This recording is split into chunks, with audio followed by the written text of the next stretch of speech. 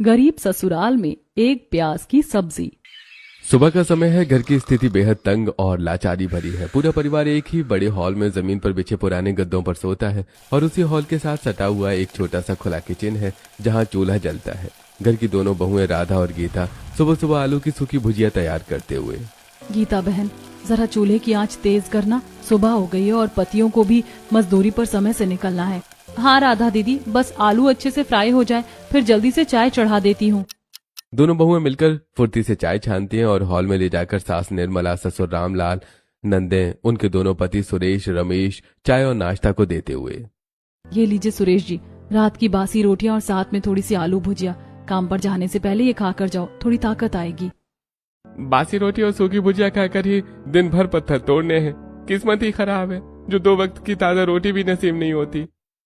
अरे चुप कर रमेश, जितना मिलता है चुपचाप खा ले। किस्मत को रोने से चूल्हा नहीं जलने वाला। जल्दी खाओ, सुबह की मजदूरी के लिए देर हो जाएगी।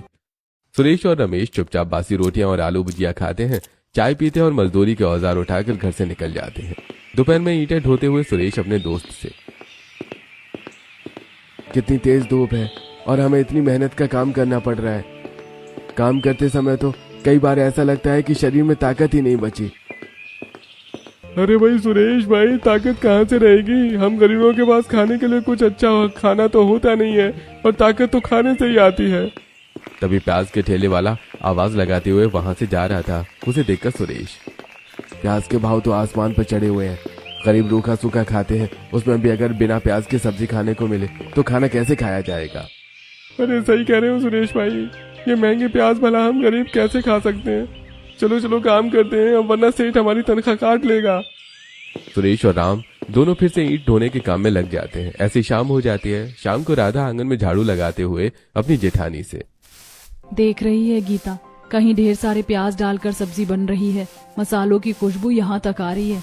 हाँ दीदी, खुशबू सूंघने में ही कितनी अच्छी लग रही है। यदि ये खुशबू इतनी अच्छी लग रही है तो वो सब्जी कितनी अच्छी लगेगी।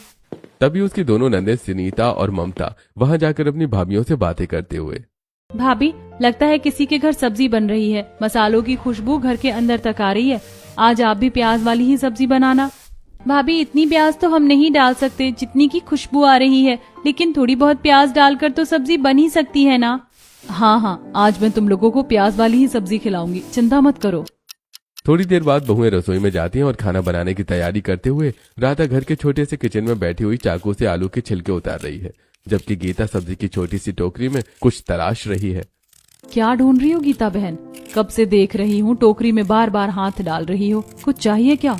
दीदी, मैं दोपहर की सब्जी में तड़का लगाने के लिए प्याज ढूंढ रही हूँ, लेकिन इस टोकरी में एक भी प्याज नजर नहीं आ रही है। घर में सिर्फ एक ही प्याज बचा था जो कल रात की सब्जी में डाल दिया था। अब टोकरी में कहाँ से प्याज होगी? तभी निर्मला रसोई में आकर ये सारी बातें सुनते हुए, क्या कह रही हो राधा? घर में एक भी प्याज नहीं है। जल्दी से जाकर बाजार से प्याज ले आओ। बिना प्याज के तो सब्जी गले से नीचे उतरती ही नहीं है। माँ जी, बाजार से प्याज कैसे ले आएं? अभी हमारे पास जेब में एक भी रुपया नहीं है। तभी रामलाल रसोई में आकर, अरे तुम दोनों बहुएं सिलाई करती हो, फिर भी तुम्हारे पास इतने पैसे नहीं है कि 1 पाव प्याज खरीद सको। कैसी सिलाई करती हो तुम दोनों? पिताजी, हम सिलाई तो करते हैं, लेकिन मोहल्ले की कोई भी औरत हमें कपड़ों के पैसे देने को तैयार ही नहीं होती। समय दे देती है हर बार। हमारे पास इंटरलॉक की मशीन नहीं है ना, इसीलिए कपड़े फिनिशिंग वाले नहीं बनते और लोग पैसे देने से मना कर देते हैं। हे भगवान, हमारे दिन ऐसे खराब आ गए हैं कि आज खाने की सब्जी में डालने के लिए एक प्याज भी नसीब नहीं हो रही है। निर्मला और रामलाल बाहर चले जाते हैं और दोनों बहुएं बिना किसी प्याज के उबले आलू की सादी सब्जी बनाती हैं और परिवार के सभी सदस्यों को परोसती हैं। अरे ये कैसी सब्जी बनाई है बहू? ऐसा लग रहा है जैसे इंसानों का नहीं बल्कि किसी जानवर का चारा खा रहे हैं। इसमें न कोई स्वाद है और न कोई जान। चुपचाप खा लीजिए, अब किस्मत में यही लिखा है तो क्या कर सकते हैं। बहुएं बेचारी इतनी महंगी प्याज खरीद कर कहाँ से लाएंगी? राधा और गीता अपनी सास और ससुर को बेस्वाद सब्जी खाते देखकर बहुत निराश और अपमानित महसूस करती हैं। पिताजी, आप लोग बस आज जैसे तैसे काम चला लीजिए। शाम को जब ये दोनों मजदूरी से लौटेंगे तो इनके पास से पैसे लेकर हम बाजार से ताजा सब्जी और प्याज ले आएंगे। सभी लोग बेस्वाद खाना खा लेते हैं। खाना खाते हुए सुरेश, माँ, पिताजी, हम लोग समझ सकते हैं कि बिना प्याज की सब्जी में कोई स्वाद नहीं आता, लेकिन आप लोग चिंता मत कीजिए। मैं और रमेश आज अपनी मजदूरी के पैसों से प्याज जरूर खरीद कर लेकर आएंगे। हाँ माँ, आज हम भले ही कुछ और नहीं खरीदेंगे लेकिन प्याज जरूर खरीद कर लेकर आएंगे। अरे जी कैसी बातें कर रहे हैं, घर में राशन भी खत्म हुआ पड़ा है। आप पहले राशन खरीदना, फिर बचे हुए पैसों से प्याज खरीद लेना। सभी लोग खाना खा लेते हैं। सुरेश और रमेश खाना खाकर मजदूरी पर निकल जाते हैं और दोनों बहुएं अपने अपने काम में लग जाती हैं। तभी मोहल्ले की दो अमीर औरतें वहां आकर, निर्मला चाची, हम तुमसे तुम्हारी दोनों बेटियों की शिकायत करने आए हैं। क्यों, क्या कर दिया मेरी बेटियों ने? आज हमारे घर में पनीर दो प्याजा बन रहा था और तुम्हारी दोनों बेटियां हमारे घर के पीछे खुली हुई खिड़की से हमारे किचन में झांक रही थी। हाँ निर्मला चाची, आज वो किचन की खिड़की से झांक रही थी तो कल दोनों चोरी भी कर सकती, इसीलिए आप उन दोनों को समझा देना कि दूसरों के घरों में ये ताका झांकी अच्छी बात नहीं है। ठीक है, आने दो, उन दोनों को अच्छी तरह खबर लूंगी उनकी। दोनों औरतें गुस्से में वहां से चली जाती हैं। उनकी कड़वी बातें सुनकर राधा और गीता की आंखों में आंसू आ जाते हैं। थोड़ी देर बाद दोनों ममता और सुनीता चूल्हा जलाने के लिए लकड़ियां लेकर घर आती हैं। उन्हें देखकर निर्मला गुस्सा होते हुए, आ गई तुम दोनों, आज तुम लोगों की वजह से हमें कितना शर्मिंदा होना पड़ा और पड़ोसने कितना सुना कर गई हैं। निर्मला सारी बातें उन लोगों को बता देती हैं। सारी बातें सुनकर सुनीता, दरअसल माँ, हम दोनों लकड़ियाँ बीनने के लिए जा रहे थे, तभी उनके किचन में से खुशबू आने लगी और हमसे रहा नहीं गया। हम दोनों झांक कर देखने लगे और उन्होंने हमें झांकते हुए देख लिया। हमें माफ कर दो, हम दोबारा ऐसा कुछ नहीं करेंगे। जाने दो ना माँ, हम गरीब है ना, इसीलिए दुनिया को हमारी कोई मजबूरी नहीं दिखती। जिसे जो मन आता है वो कहकर चला जाता है। शाम के समय सुरेश और रमेश मजदूरी करके घर लौटते हैं। रास्ते में किराने की दुकान पर रुककर सुरेश किराने वाले से, भैया जरा चावल और आटा दे देना। किराने वाला उन्हें आधा किलो चावल और 1 किलो आटा तोल कर दे देता है। सुरेश राशन के पैसे देता है। उसके बाद घर लौटते समय अपने हाथ में बचे कुछ सिक्कों को देखकर अपने भाई से, रमेश, आज मैंने सोचा था कि हम अपने घर के लिए प्याज जरूर खरीदेंगे, लेकिन राशन खरीदने के बाद इतने कम पैसे बचे हैं और प्याज इतनी महंगी है कि इतने पैसे में प्याज आएगी ही नहीं। हाँ भैया, लगता है हम गरीबों की किस्मत में ये महंगी प्याज खाना है ही नहीं। रहने देते हैं, घर चलते हैं। रमेश अपने भाई के साथ घर पहुंचता है और अपनी माँ को राशन और बचे हुए 2 सिक्के देते हुए, ये लो माँ, आज दिन भर धूप में पसीना बहाने के बाद जो पैसे मिले उससे ये राशन ले आया। सिर्फ इतने ही पैसे बचे हैं, बाजार जाकर जो जरूरी है ले आओ। चलो शुक्र है भगवान का, कुछ तो पैसे आए। गीता बहन, चलो जल्दी से बाजार चलते हैं, अंधेरा होने से पहले सब्जी खरीद लाते हैं, वरना हम लेट हो जाएंगे और सस्ती सब्जी नहीं मिल पाएगी। राधा और गीता दोनों फौरन बाजार की तरफ निकल पड़ती हैं। सब्जी मंडी में पहुंचकर वो अलग अलग ठेलों पर सब्जियों के भाव पूछने लगती है। अरे भाई, ताजा पालक सस्ती है, मेथी सस्ती है, हरी ताजा लौकी ले लो, बिल्कुल कोमल लौकी ले लो। गीता बहन देखो तो सही, पालक और मेथी तो फिर भी ठीक ठाक रेट पर मिल रही है और लौकी भी सस्ती है। आधे किलो लौकी और साग ले लेते हैं। हाँ दीदी, ये ठीक रहेगा। पेट भरने के लिए कुछ तो भारी सब्जी चाहिए ही, लेकिन जरा उस कोने वाले ठेले पर देखो, प्याज का क्या भाव चल रहा है। वो दोनों एक बड़े प्याज के ठेले के पास जाती हैं, जहां दुकानदार आवाज लगाते हुए ग्राहकों को प्याज तोल कर दे रहा होता है। तभी दुकान वाला, 150 रुपए किलो प्याज ले लो भाई, एकदम बढ़िया नासिक की लाल प्याज, 150 रुपए किलो, एकदम खुशबूदार प्याज। हे भगवान, 150 रुपए किलो प्याज। गीता बहन, सुना तुमने? इतनी महंगी प्याज तो हम सपने में भी नहीं खरीद सकते। अगर हम इतनी महंगी प्याज ले लेंगे तो घर के बाकी मसालों के पैसे कहाँ से लाएंगे? वो दोनों थोड़ा आगे बढ़ती हैं तो एक दूसरा ठेला दिखाई देता है, जहां एक दुकानदार आवाज लगाते हुए, 50 रुपए किलो प्याज ले लो भाई, 50 रुपए किलो प्याज, सबसे अच्छी प्याज ले जाओ, जल्दी जल्दी फिर नहीं मिलेगी, 50 रुपए किलो प्याज।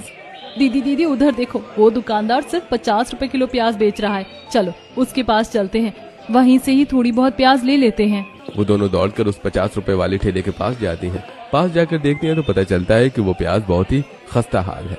उनका छिलका उतरा हुआ है, कई प्याज बीच से सड़ी और गली हुई हैं। भाई साहब, ये 50 रुपए वाली प्याज छाट कर आधी किलो दे दो जरा, अच्छी अच्छी। छाट कर? अरे भैया, 50 रुपए किलो में छाटने को नहीं मिलेगी बहन जी। जैसी ठेले में पड़ी है वैसी उठानी पड़ेगी। एक तरफ से लेना है तो ले लो, वरना आगे बढ़ो और ग्राहकों को आने दो। दीदी कोई बात नहीं, जैसी भी है सस्ती तो मिल रही है, ले लेते हैं। घर जाकर खराब हिस्सा काट कर निकाल देंगे। राधा और गीता वो सड़ी गली प्याज खरीद लेती हैं और आपस में बातें करते हुए घर की तरफ लौट पड़ती हैं। चलो जैसी भी मिली मिल तो गई, कम से कम आज रात की सब्जी में थोड़ा सा प्याज का तड़का तो लग सकेगा। बिना प्याज की सब्जी तो खानी नहीं पड़ेगी। घर लौटने के बाद राधा और गीता दोनों किचन में चूल्हे के पास बातें करते हुए, गीता जल्दी से प्याज निकालकर बारीक काट दो ताकि मैं छौंक तैयार करूं। तब तक मैं ताजा लौकी काट लेती हूँ। गीता सब्जी की थैले से प्याज निकालकर छीलते हुए। दीदी, मैं जैसे जैसे प्याज छील रही हूँ ये अंदर से पूरी तरह काली और सड़ी हुई निकल रही है। एक भी साबुत प्याज हाथ नहीं लग रही। अरे जरा ठीक से देखो ना, क्या एक भी प्याज अंदर से ठीक नहीं निकली? इतनी मेहनत से पैसे बचाकर लाए थे हम। दीदी, मैंने आधी किलो प्याज में से सारा कचरा बाहर निकाल दिया। इन सब से सड़ी प्याज निकलने के बाद सिर्फ एक ही छोटी सी प्याज ऐसी बची है जो थोड़ी बहुत ठीक हालत में है। बाकी सब सड़ चुकी हैं। हे भगवान, सिर्फ एक ही प्याज बची। चलो कोई बात नहीं, अब इस इकलौती प्याज की ही सब्जी बना लेते हैं। तभी निर्मला, सुनीता और ममता रसोई में आकर, बहू, आज बाजार से प्याज खरीद कर लाई हो ना, तो ध्यान रखना आज खाने में प्याज का तड़का लगाकर बढ़िया लौकी की सब्जी बनाना। हाँ भाभी, कल तो ऐसा लग रहा था जैसे हम घास फूस खा रहे हैं। आज अच्छे से प्याज डालकर सब्जी बनेगी, तभी मजा आएगा खाने में। वैसे भी आप लोग रोज बेस्वाद खाना बनाती हो, हम लोग रोज बेस्वाद खाना खाकर परेशान हो गए हैं। अब इन सबको कैसे समझाएं कि 50 रुपए में सड़ी हुई प्याज आई थी, जिसमें से सिर्फ एक ही प्याज बची है। सास और नंद की रसोई से जाने के बाद राधा और गीता उस इकलौती प्याज को बारीक काट कर लौकी की सब्जी में छौंक लगा देती है। थोड़ी देर में सब्जी बनकर तैयार हो जाती है और परिवार के सभी लोग खाने बैठ जाते हैं। खाना खाते हुए रामलाल, अरे राधा, ये क्या मजाक है? आज भी सब्जी में प्याज का दूर दूर तक कोई नामो निशान नहीं है। क्या सिर्फ एक ही प्याज डाली है इसमें? पिताजी क्या करें, हम बाजार से आधी किलो प्याज तो लाए थे, लेकिन वो सारी अंदर से सड़ी हुई निकली। छांटने के बाद सिर्फ एक ही प्याज ठीक बची थी, उसी का तड़का लगाया है हमने। सब ऐसे ही बातें कर रहे थे, तभी दरवाजा खटखटाने की आवाज आती है। राधा उठकर दरवाजा खोलती है तो देखती है कि मोहल्ले की 2 महिलाएं खड़ी हैं। राधा जी, हमारे 2 ब्लाउज सिलने को दिए थे ना हमने, वो कल आकर ले जाएंगे, तैयार रखना। दीदी, आपने पिछले 5 ब्लाउज सिलवाने के पैसे अभी तक नहीं दिए हैं। कम से कम वे पुराने पैसे तो दे दीजिए, घर का चूल्हा चलाना मुश्किल हो गया है। पैसे किस बात के दें? तुमने उन ब्लाउज में अंदर से इंटरलॉक नहीं किया था। बिना फिनिशिंग के सिली हुई सिलाई के पैसे कोई देता है क्या? पहले इंटरलॉक करवा के लाओ, तब पैसे मिलेंगे। दीदी, आपको तो पता ही है कि हमारे पास इंटरलॉक की महंगी मशीन खरीदने के पैसे नहीं हैं। आप वो सिलाई के पैसे दे दीजिए, हम बाहर दुकान से इंटरलॉक करवा देंगे। ना भाई ना, जब तक हमारे कपड़ों में परफेक्ट फिनिशिंग नहीं मिलेगी, हम 1 भी रुपया नहीं देंगे। अगली बार सोचेंगे इसके बारे में। वो दोनों औरतें बिना पैसे दिए मुंह फेर कर वहां से चली जाती हैं। तब गीता पीछे से आकर राधा से, दीदी, जब ये मोहल्ले की अमीर औरतें अपनी सिलाई के पैसे ही नहीं देती हैं, तो फिर आप उनके कपड़े लेती ही क्यों हैं? इन्हें वापस क्यों नहीं कर देती? गीता, तू तो जानती है कि हमारे घर में कितनी गरीबी है। मैं ये सोचकर इन लोगों के कपड़े ले लेती हूँ कि एक ना एक दिन इन्हें हम पर जरूर दया आएगी और ये मेरे रुके हुए पैसे हमें दे देंगी। रात के समय पूरा परिवार बिना ठीक से खाना खाए सो जाता है। दोनों बहुएं रात भर जागकर मोमबत्ती की रोशनी में मोहल्ले वालों के फटे पुराने कपड़े और ब्लाउज हाथ की मशीन से सिलती हैं। कपड़े सिलते हुए राधा गीता से, अगर हमारी पड़ोस ने हमें सिलाई के थोड़े भी पैसे दे दे तो कम से कम हम उनसे थोड़ी प्याज खरीद लें और अपने परिवार वालों को प्याज के मसाले वाली सब्जी खिलाएं। निर्मला अपनी बहुओं को ये बातें करते सुन लेती है और फिर दुखी होते हुए उनसे, भगवान ने चाहा तो एक दिन तुम्हारे पास प्याज के बड़े बड़े बोरे होंगे। अब काफी रात हो चुकी है, तुम दोनों भी सो जाओ, बाकी काम सुबह कर लेना। उनकी बातें सुनकर लेटा हुआ सुरेश उठकर बैठते हुए, मैं कितना बदनसीब हूँ जो अपने परिवार की एक मामूली सी प्याज जैसी चीज की फरमाइश भी पूरी नहीं कर पा रहा हूँ। अरे धिक्कार है ऐसी जिंदगी पर। ऐसा मत कहिए जी, आप अपनी तरफ से पूरी मेहनत कर रहे हैं। हम सब जानते हैं कि हम गरीब हैं, लेकिन इस तरह हिम्मत हार जाएंगे तो परिवार का क्या होगा? बहुओं ने सही कहा बेटा, भगवान के घर देर है अंधेर नहीं, वक्त एक दिन जरूर बदलेगा। उसके बाद सभी लोग सो जाते हैं। अगली सुबह रूखा सूखा नाश्ता करके सुरेश और रमेश अपनी रोज की दिहाड़ी की तलाश में निकल जाते हैं। वहीं दूसरी तरफ राधा और गीता रात में सिले हुए ब्लाउज का बंडल उठाकर मोहल्ले की महिलाओं के घर देने जाती है। वापस लौटते समय अपने हाथ में 20 रुपए का सिक्का देखकर गीता राधा से, दीदी, उन औरतों ने 7 ब्लाउज रख लिए और इतने हाथ पैर जोड़ने के बाद भी हमें सिर्फ 20 रुपए दिए। 300 रुपए के हिसाब से पूरे 2100 रुपए बनते थे। अब आप ही बताओ कि इन 20 रुपयों में हम क्या खरीदेंगे? क्या कर सकते हैं गीता बहन, हमारे पास इंटरलॉक मशीन नहीं है ना, इसी लाचारी का फायदा सब उठाते हैं। जो मिला है उसी में कुछ रास्ता ढूंढना पड़ेगा। दोनों बहुएं बातें करते हुए आगे बढ़ती हैं। रास्ते में एक सब्जी का ठेला लगा है जहां टोकरी में ताजा लाल प्याज रखी हुई है। ठेले के पास मोहल्ले की 2 अमीर औरतें खड़ी सब्जी खरीद रही हैं। जैसे ही राधा और गीता ठेले की तरफ बढ़ती हैं, दोनों पड़ोसी औरतें उन्हें देखकर ताने मारते हुए, क्यों भाई राधा, आज फिर प्याज खरीदने आ गई क्या? तुम्हें पता भी है कि प्याज 150 रुपए किलो बिक रही है। नहीं नहीं दीदी, ऐसी बात नहीं है, हमारे पास तो इतने पैसे ही नहीं है, हमारी जेब में सिर्फ 20 रुपए हैं। भैया 20 रुपए में कौन सी सब्जी आ जाएगी? अरे बहन जी, 20 रुपए में तो बस आधा किलो करेला ही आ पाएगा। ठीक है भैया, 20 रुपए का आधा किलो करेला ही दे दो। अच्छा, करेला भी बिना प्याज के बनाओगी क्या? करेले की सब्जी में तो प्याज ही सबसे ज्यादा डलती है, अब बिना प्याज के करेला कैसे बनाओगी? दीदी करेला तो 15 रुपए का आधा किलो हो गया, 5 रुपए बच गए हैं, बताओ 5 रुपए का क्या दे दूं? भैया अगर 5 रुपए में एक प्याज आ जाए तो बस एक प्याज दे दो। पड़ोसी औरतों के ताने सहती हुई दोनों बहुएं करेला और इकलौती प्याज लेकर घर लौटती हैं। किचन में चूल्हा जलाकर दोनों करेले छीलने लगती हैं। तभी सास निर्मला किचन में आकर टोकरी में हरे हरे करेले देखते हुए, क्या हुआ बहुओं, आज करेला बना रही हो? इसका मतलब बाजार में प्याज मिल गई क्या तुम लोगों को? गीता अपनी जेठानी के कानों में धीरे से, जेठानी जी आप चुप ही रहना, अगर अभी बता दिया कि हम सिर्फ एक प्याज लाए हैं तो माँ जी अभी से मुंह बनाने लगेंगी, जैसा बन रहा है वैसा बनने दो। निर्मला खुश होते हुए वहां से चली जाती है। उसके बाद दोनों बहुएं करेले को बीज से चीरती हैं, उसके अंदर के बीज निकालती हैं और उस इकलौती प्याज को सिलबट्टे पर महीन पीसकर करेले के छिलके और बीजों के साथ मिलाकर कढ़ाई में भून देती हैं। थोड़ी देर बाद सब्जी बनकर तैयार हो जाती है और दोनों मिलकर दोपहर के खाने में पूरे परिवार को परोस देती है। क्या बहू, इस करेले में प्याज कहाँ है? इसमें तो प्याज का बिल्कुल भी स्वाद नहीं आ रहा। माँ जी, मैंने उसमें सिर्फ एक ही प्याज डाली है, हमारे पास एक ही प्याज थी तो उसी को पीस कर डाल दिया। अरे एक प्याज से भी कोई करेला बनता है क्या? करेले में तो भर भर कर प्याज डाला जाता है, तब जाकर कड़वाहट कम होती है। पिताजी मैं जानती हूँ कि करेले में प्याज भरी जाती है, लेकिन हमारी हैसियत बस एक ही प्याज की थी, इसीलिए हमने वही एक प्याज डाल दी।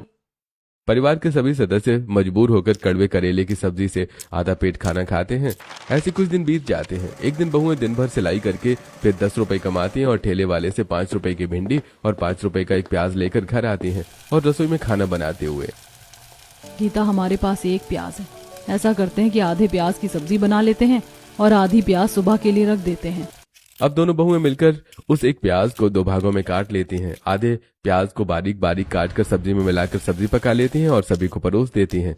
जैसे तैसे सभी खाना खाकर सो जाते हैं। अगले दिन सुनीता और ममता अपने घर के आंगन में बैठी थी, तभी प्याज वाला आवाज लगाते हुए वहां आता है। प्याज दे लो, प्याज 200 रुपए किलो प्याज दे लो, जल्दी जल्दी आओ, जल्दी जल्दी ले जाओ, अच्छी प्याज आपके दरवाजे पर प्याज दे लो। देख रही हो दीदी, इस प्याज वाले को भी मजाक उड़ाने के लिए हमारा ही मोहल्ला मिला था, हमारे घर के सामने आकर 200 रुपए किलो प्याज चिल्ला रहा है। तभी मोहल्ले की अमीर औरतें ठेले वाले के पास आकर प्याज खरीदती हैं और फिर वो सभी को प्याज देने के बाद आगे बढ़ जाता है।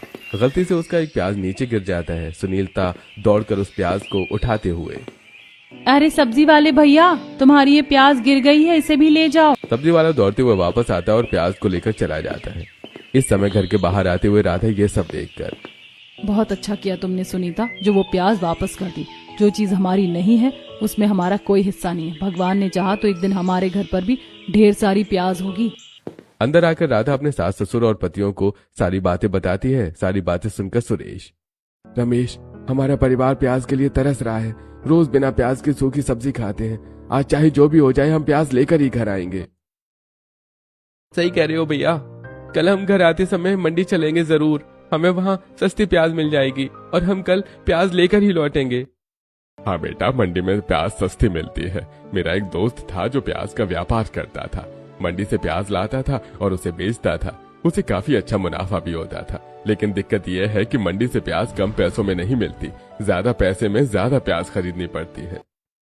हाँ पिताजी, आप सही कहते हैं, लेकिन फिर भी सब्जी मंडी जाकर सस्ती प्याज ढूंढने की कोशिश करने में क्या बुराई है। कल एक बार जाकर जरूर देखेंगे। अगले दिन दोनों भाई काम से वापस आते समय दोनों मंडी पहुंचते हैं। वहां प्याज के बड़े बड़े ठेले लगे हैं, जहां व्यापारी चिल्ला चिल्ला कर दांव लगा रहे हैं। 100 रुपए किलो प्याज, बढ़िया नासिक की लाल प्याज 200 रुपए किलो। 100 रुपए किलो, 100 रुपए किलो, 100 रुपए किलो। ये भगवान, मंडी में इतनी महंगी प्याज। रमेश, आज तो हमें काम भी कम मिला और हमारी तो पूरी दिन की मजदूरी भी इतनी नहीं है। क्या करें भैया, प्याज तो गरीबों की पहुंच से बहुत दूर हो चुकी है। अब हम गरीबों का प्याज खाना ही मुश्किल हो गया है। कोई बात नहीं भाई, चलो खाली हाथ ही चलते हैं। दोनों भाई निराश होकर लौटने लगते हैं। तभी मंडी के कोने में देखते हैं कि प्याज के बड़े व्यापारी बोरी में से सड़ी गली और छांटी हुई प्याज सड़क के किनारे कचरे के ढेर पर फेंक रहे हैं। भैया, उधर देखो, व्यापारी सड़ी हुई प्याज बाहर फेंक रहे हैं। आओ चलकर देखते हैं, शायद इस ढेर में कोई एक दो प्याज अच्छी मिल जाए। दोनों भाई कचरे के ढेर के पास बैठ जाते हैं और सड़ी हुई प्याजों को हटा हटाकर काफी देर तक ढूंढने लगते हैं। बहुत मेहनत के बाद उन्हें 2 छोटी सी प्याज साफ हालत में मिल जाती हैं। देखो रमेश, 2 प्याज तो ठीक मिल गई। कम से कम ये हमारे परिवार के काम आ जाएंगी और रात की सब्जी में भी तड़का लग जाएगा। उधर घर में राधा और गीता सस्ते कद्दू लेकर हॉल में उदास बैठी हैं। तभी निर्मला, क्या हुआ बहुओं, आज खाना बनाने का इरादा नहीं है क्या? माँ जी, सोच रहे थे कि आज तो घर में एक भी प्याज नहीं है, बिना प्याज के कद्दू कैसे बनाएं?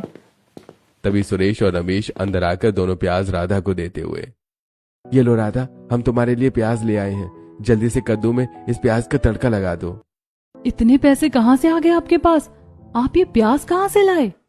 कहीं से नहीं राधा, बस मिल गई। बस तुम जल्दी से खाना बनाकर लगा दो, बहुत भूख लग रही है। राधा और गीता रसोई में जाकर एक प्याज काटकर कद्दू में तड़का लगा देती हैं और सबको खाना परोसती हैं। सभी लोग खाना खाकर सो जाते हैं। ऐसे कुछ दिन बीत जाते हैं। एक दिन रात के सन्नाटे में पूरा परिवार हॉल में सो रहा था। सुरेश और रमेश की आंखों में नींद नहीं है, वो करवटें बदल रहे हैं। राधा अपने पति को जागा हुआ देखकर, क्या हुआ जी, इतनी रात हो गई, आप अभी तक सोए क्यों नहीं? राधा, अब तो मैं कैसे बताऊं, हम जिस ठेकेदार की साइट पर ईंट पत्थर उठाने का काम कर रहे थे, वो साइट आज से बंद हो गई। कल से हमारे पास कोई काम नहीं है, हमें नया काम ढूंढना पड़ेगा। ये बात सुनकर राधा और गीता सहित सभी लोग उठकर बैठ जाते हैं और फिर उनके पति भी बैठते हुए, ये आप क्या कह रहे हैं, काम बंद हो गया? हाँ, तुम्हें तो पता है भाभी, पिछली बार नया काम ढूंढने में हमें 2 हफ्ते लग गए थे। इस बार न जाने कितना समय लगेगा। ये भगवान, ये कैसी लाचारी है। जब काम ही नहीं रहेगा तो घर का राशन कहाँ से आएगा? पिताजी, आप चिंता मत कीजिए, सब ठीक हो जाएगा। हम कल सुबह से ही नया काम ढूंढने निकल जाएंगे। अगले दिन सुबह दोनों भाई काम की तलाश में निकल जाते हैं और शाम के समय सुरेश और रमेश दिन भर काम ढूंढकर थक हार कर खाली हाथ घर लौटते हैं। उनके मुंह लटके हुए हैं। क्या हुआ जी, आज कोई काम मिला क्या? नहीं राधा, पूरा शहर छान मारा लेकिन कहीं कोई मजदूरी नहीं मिली। आप परेशान मत होइए, आज हम उन औरतों के घर गए थे जहाँ सिलाई के पैसे पेंडिंग थे। हम थोड़ा कड़ाव होकर बोले तो हमें कुछ पैसे मिल गए हैं। आज की सब्जी का इंतजाम हो गया है। ऐसा कहकर दोनों बहुएं खाना बनाने के लिए रसोई में चली जाती हैं। तभी पड़ोस के घर से प्याज के छौंक की सौंधी सौंधी महक उड़कर उनके घर तक आने लगती है। वाह, लगता है आज बहुएं कढ़ाई में प्याज का इतना बढ़िया तड़का लगा रही हैं। कितनी अच्छी खुशबू आ रही है। हाँ मम्मी, मुझे तो लगता है भाभी आज पनीर दो प्याजा या मटर पनीर बना रही हैं, जिसकी प्याज की ग्रेवी की महक पूरे घर में फैल रही है। थोड़ी देर बाद दोनों बहुएं हॉल में खाना परोसती हैं। तब रामलाल, अरे बहू, आज तो लगता है घर में दावत बनी है। खुशबू तो बहुत अच्छी आ रही है। राधा और गीता एक दूसरे का मुंह देखते हैं, उनकी आंखें भर आती हैं। पिताजी, ये खुशबू हमारे किचन की नहीं, पड़ोसियों के घर की है। हम तो आज भी सिर्फ एक प्याज वाली कद्दू की सादी सब्जी ही बना पाए हैं। परिवार के सभी सदस्यों के चेहरों से मुस्कान गायब हो जाती है। तभी सुनीता, भाभी आप रोज एक प्याज वाली सब्जी क्यों खिलाती हो? कभी तो ज्यादा प्याज वाली ग्रेवी बनाकर खिलाओ, ताकि हमें भी दूसरों को देखकर ललचाना ना पड़े। मैं समझ सकती हूँ सुनीता, लेकिन अभी फिलहाल ये सब्जी खा लो। जितनी जल्दी हो सकेगा मैं तुम सभी को प्याज वाली सब्जी बनाकर खिलाऊंगी। भाभी, ये बातें हम कब से सुनते आ रहे हैं कि आप लोग हमें प्याज वाली सब्जी बनाकर खिलाएंगे, लेकिन कभी नहीं खिलाते। अड़ोस पड़ोस से प्याज की खुशबू आती है तो हमारा भी मन करता है, भला हम अपने मन को कब तक मारे। बच्चों, जिद नहीं करते, अभी हमारे पास पैसे नहीं है। जब पैसे आएंगे तो तुम्हारी भाभियां ढेर सारी प्याज वाली सब्जी बनाएंगी, और तुम दोनों कोई छोटी बच्ची तो नहीं हो, समझदार हो, समझ सकती हो। चलो अभी खाना खा लो। दोनों बेटियां दुखी मन से खाना खाने लगती हैं। अगले दिन शाम को पड़ोसन उनके घर आती है। निर्मला जी, आज हमारी बेटी का जन्मदिन है। आप लोग ममता और सुनीता को हमारे घर जरूर भेज देना। इसी बहाने इन्हें प्याज की कुछ अच्छी डिशेस खाने को मिल जाएंगी। ठीक है दीदी, भेज देंगे। पड़ोसी औरत चली जाती है। ममता और सुनीता तैयार होकर कांति के घर पहुंचती हैं। वो देखती हैं कि कांति के घर की डाइनिंग टेबल पर अलग अलग तरह की सब्जियां रखी हुई हैं, जिसमें बहुत सारी प्याज डली हुई है और खुशबू आ रही है। ये सब देखकर ममता, देख रही है सुनीता, कितनी अलग अलग तरह की डिशेस लगी हुई हैं। आज तो हमें पेट भरकर प्याज वाली सब्जी खाने को मिलेगी। सभी लोग खाना खाने बैठने लगते हैं। ममता और सुनीता भी बैठने के लिए आगे बढ़ती हैं। तभी कांति उन्हें रोकते हुए, अरे अरे, तुम दोनों को खाना खाने की इतनी जल्दी क्यों है? इन लोगों को खा लेने दो, ये वीआईपी मेहमान है, तुम लोग थोड़ी देर बाद खा लेना। ममता और सुनीता पीछे हट जाती हैं। सभी मेहमान खाना खाते हैं। ममता और सुनीता इंतजार करती रहती हैं। अंत में खाना खत्म हो जाता है और दोनों बहनें अपमानित होकर अपने घर लौट आती हैं और अपनी माँ और भाभी को सारी बातें बताती हैं। ये सुनकर पूरा परिवार सन्न रह जाता है। हे भगवान, कैसी परीक्षा ले रहा है हमारी। पेट की आग तो बुझ नहीं रही और अब हमारा आत्मसम्मान भी। बस बहुत हो गया, अब बहुत हो गई शराफत। अब शराफत का चोला उतारकर हमें अपना हक छीनना होगा। जिन औरतों ने हमारी सिलाई के पैसे रोक रखे हैं, कल सुबह ही जाकर उनसे पाई पाई वसूल करेंगे। और आप लोग भी मजदूरी छोड़कर कोई अपना काम ढूंढिए। राधा, तुम जानती तो हो कि हम पढ़े लिखे नहीं हैं। अच्छा काम सिर्फ पढ़े लिखों को मिलता है। अगर हम थोड़े भी पढ़े लिखे होते तो आज ठेकेदारी कर रहे होते। उसके बाद दोनों बहुएं रसोई में जाकर खाना बना लेती हैं और फिर सभी को परोस देती हैं। सभी लोग खाना खाने लगते हैं। खाना खाते हुए सुरेश, राधा, पूरा दिन धूप में मजदूरी ढूंढ कर आओ और घर में खाने को ये सूखी सब्जी मिले। कम से कम सब्जी में थोड़ा प्याज तो ढंग से डाल दिया करो। आपको पता है ना कि घर में प्याज नहीं थी। आप तो बाजार सब्जी लेने जाते नहीं है। आपको क्या पता कि प्याज के भाव आसमान छू रहे हैं। अगर प्याज लाऊंगी तो महीने का राशन नहीं आएगा, फिर रोज नमक रोटी खानी पड़ेगी। राधा की बात सुनकर सुरेश और रमेश चुप हो जाते हैं। पूरे परिवार की आंखों में लाचारी के आंसू आ जाते हैं। सब चुपचाप आधा पेट खाकर सो जाते हैं। अगली सुबह होते ही राधा और गीता गुस्से में सीधे उन अमीर औरतों के घर पहुंच जाती हैं जिन्होंने सिलाई के पैसे रोके थे। दीदी, बहुत हो गया। हमारी सिलाई के पूरे बाकी पैसे अभी के अभी बाहर निकालिए। हमारे बच्चों पर बात आ गई है, अब हम 1 रुपया भी नहीं छोड़ेंगे। क्या हुआ राधा, सुबह सुबह इतना दिमाग क्यों गरम है तुम्हारा? वैसे तो आप लोग शहर के सबसे अमीर बनते हैं, लेकिन हमारी मेहनत के 1000-1200 रुपए देने में आपके टांके ढीले हो रहे हैं। सीधे से पैसे दीजिए वरना हम यहाँ से नहीं जाएंगे। बहुओं का रौद्र रूप देखकर औरतें घबरा जाती हैं और उनके रुके हुए सिलाई के सारे पैसे लाकर थमा देती हैं। घर लौटकर दोनों बहुएं हॉल में बैठकर पैसे गिनने लगती हैं। उन्हें पैसे गिनते देखकर ममता, भाभी जी, आप दोनों आज बहुत खुश लग रही हैं। इतने पैसे कहाँ से आए? ममता, हमारे जितने भी सिलाई के पैसे बाकी थे वे सब आज वसूल हो गए हैं। अब हम इन पैसों से इंटरलॉक की मशीन खरीदेंगे और अपनी सिलाई का काम बड़े पैमाने पर शुरू करेंगे। राधा और गीता वो पैसे सुरेश और रमेश को देती हैं। ये लीजिए पैसे, बाजार जाकर तुरंत इंटरलॉक की नई मशीन ले आइए। दोनों भाई पैसे लेकर बाजार जाते हैं, लेकिन थोड़ी देर में खाली हाथ वापस लौट आते हैं। क्या हुआ जी, आप लोग इतने उदास क्यों हैं? इंटरलॉक की मशीन नहीं लाए क्या? राधा, इंटरलॉक की मशीन बहुत महंगी है। दुकान वाला 15,000 रुपए मांग रहे हैं। हमारे पास तो उसके आधे पैसे भी नहीं है। बहू, एक मेरी बात सुनो। इतने दिनों से तुम लोग एक प्याज की सब्जी बनाने को मजबूर हो और हमें प्याज खाने को भी नहीं मिल रही है। क्यों ना इन पैसों से मंडी से प्याज की बोरियां खरीद ली जाए और प्याज बेचने का धंधा शुरू किया जाए। रामलाल की बात सुनकर सबकी आंखों में चमक आ जाती है। उसके बाद सुरेश और रमेश मंडी जाकर उन पैसों से प्याज खरीदते हैं और ठेले पर प्याज बेचना शुरू करते हैं। उनकी मेहनत रंग लाती है और पहले ही दिन उन्हें 500 रुपए का फायदा होता है और 1 किलो प्याज भी बच जाती है। दोनों घर आते हैं और अपनी माँ के हाथ में 1 किलो प्याज और 500 रुपए देते हैं। देखो माँ, प्याज बेचकर हमें ये 500 रुपए का प्रॉफिट हुआ है और 1 किलो प्याज भी बच गई। अरे वाह भैया, ये तो कमाल हो गया। भाभी, आज तो प्याज की अच्छी वाली ग्रेवी बनाना और साथ ही प्याज के पकौड़े भी। दोनों बहुएं बहुत खुश हो जाती हैं। वो पैसे लेकर बाजार जाती हैं और कुछ सब्जियां और मसाले खरीद कर लाती हैं। फिर रसोई में जाकर आधा किलो प्याज काट कर अच्छा सालन, चावल और रोटी बनाती हैं और सभी लोगों को परोसती हैं। पूरा परिवार खुशी खुशी खुशबू लेते हुए खाना खाता है।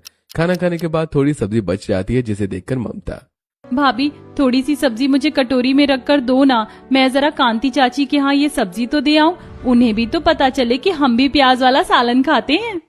राधा ममता को एक कटोरी में थोड़ी सी सब्जी रखकर दे देती है। ममता और सुनीता दोनों सब्जी लेकर कांति के यहाँ पहुँचते हैं और सब्जी देते हुए कांति से, लीजिए कांति चाची, मैं आपके लिए प्याज वाली सब्जी लेकर आई हूँ। बहुत अच्छी बनी है, खाकर जरूर बताइएगा कि कैसी बनी। अच्छा, अब हम चलते हैं।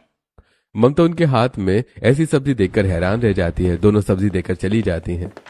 कुछ दिनों के बाद आज घर के किचन में बहुत ही बेहतरीन शाही खुशबू आ रही है। चटाई पर पनीर 2 प्याजा, मटर पनीर की गाढ़ी प्याज वाली ग्रेवी, प्याज के करारे पकौड़े, प्याज के सैंडविच और लच्छेदार प्याज का सलाद सजा हुआ है। देखो बच्चों, समय बदलते देर नहीं लगती। भगवान के घर देर है अंधेर नहीं।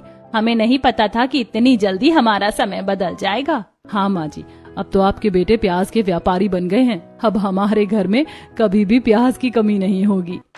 कुछ ही महीनों में सुरेश और रमेश का प्याज का कारोबार इतना बढ़ जाता है कि घर में प्याज की 10 कुंतल बोरियां रखी जाने लगती हैं।